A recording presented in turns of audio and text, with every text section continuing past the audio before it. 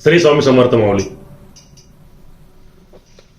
25 तारखेला पाकिस्तान आणि न्यूझीलंड यांची मॅच होती. तो सिनेमा का झाला? अख्खा सिनेमा घडला काल. कसा सांगतो? जर काल न्यूझीलंड हरली असती तर पाकिस्तानमध्ये असता वर्ल्ड कप मध्ये. कारण की पाकिस्तानची गतगत झाली माहितीये का भारतासारखी. आता म्हणजे भारत जर क्वालिफाय करायचं तर साऊथ आफ्रिका जिंकायला पाहिजे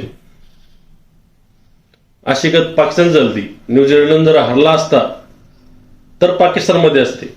पण काल गंमत अशी झाली की श्रीलंका हरली आणि न्यूझीलंड जिंकली. डायरेक्टली पाकिस्तान बाहेर. श्रीलंका तर ऑलरेडी बाहेर गेली तीच,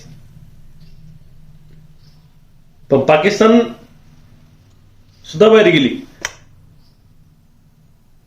याचा अर्थ असा की श्रीलंकाने पाकिस्तानची पुरी लावून दिली इथून. काल असं वाटलं की न्यूझीलंड हरू शकते काल.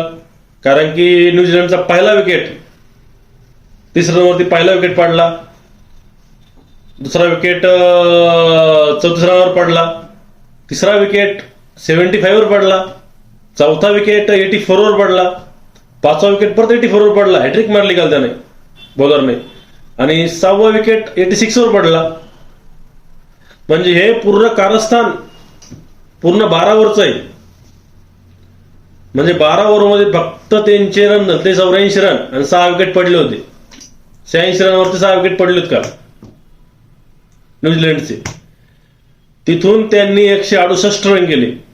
म्हणजे न्यूझीलंडनी किती ताकद दाखवली. खरंच मानणं पडेल का न्यूझीलंडला. मिशेल सँटनरनी काल 47 रन ठोकले.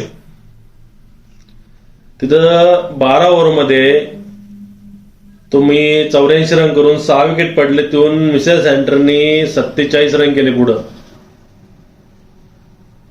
असे धरून टोटल 20 ओव्हरमध्ये 168 रन केले. तेव्हाच कळलं होतं की श्रीलंकाची लंका लागली आणि पाकिस्तान सुद्धा वाहून गेला पाण्यात. आता श्रीलंका तर बाहेर गेलाच आहे, पण श्रीलंकानं पाकिस्तानलाही वाट लावून दिली. श्रीलंकाची पुरी श्रीलंकाने पाकिस्तानची पुरी एवढी वाट लावून दिली. श्रीलंका सुद्धा बाहेर गेली आणि पाकिस्तान सुद्धा बाहेर गेला. कालची मॅच कधी कळलं बघा श्रीलंका म्हणून. कारण निशंका हॅर्नीनं पहिल्याच बॉलर विकेट काढला निशंकाचा पूर्ण बोर्ड. तेव्हाच कळलं की मॅच हारण. कारण टोटल श्रीलंकाची टीम निशंकावर डिफेंड होती. नंतर काय कुशल मेंडिस आला, त्यानं 11 रन काढले, त्याचा विकेट पाडला. नंतर समजून गेला की श्रीलंका मॅच हरणार आहे. त्याने रन किती केले? 7 वर 8 विकेट 20 ओव्हरमध्ये आवरलं श्रीलंकाचं. पण काल अर्चित रवींद्रचं काल एक मानणं पडत. पाकिस्तान म्हणत असं ना यार, पाकिस्ताननं भारताची मजा घेतली होती भारत बाहेर चालला म्हणून. पण न्यूझीलंडने त्याला बाहेर पाडलं काल डायरेक्टली. पण ते सगळ्यात जास्त असा ठरला आपला अर्चित रवींद्र.